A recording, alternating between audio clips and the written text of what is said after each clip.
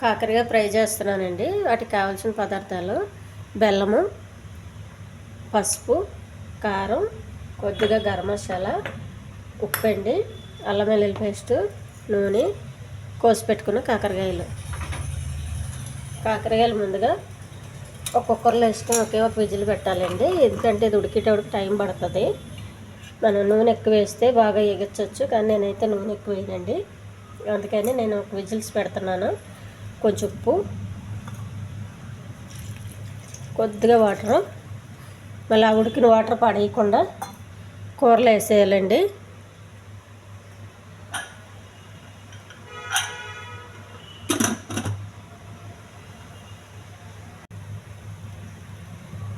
పెనం పెట్టుకోవాలండి.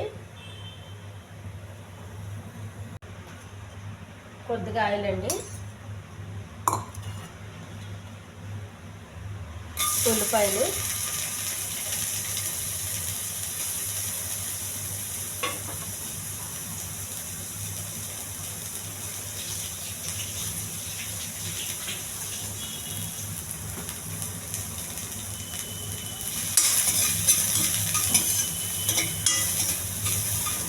ఇప్పుడు దోరగా ఎగచ్చాలండి. ఉల్లిపాయ, కొంచెం అల్లం వెల్లుల్లి పేస్టు,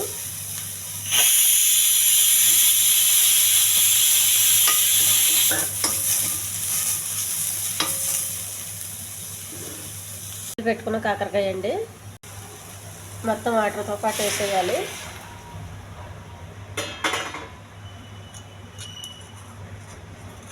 కొంచెం పసుపు అండి,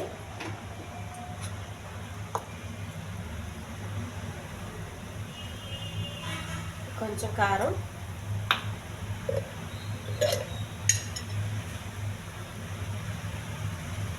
కొద్దిగా గరం మసాలా,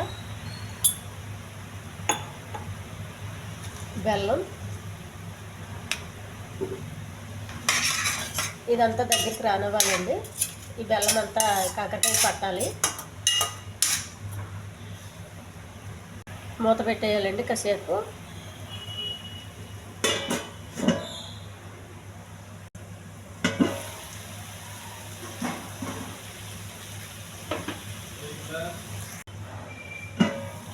కాకరకాయ ఫ్రై రెడీ అయిపోయిందండి.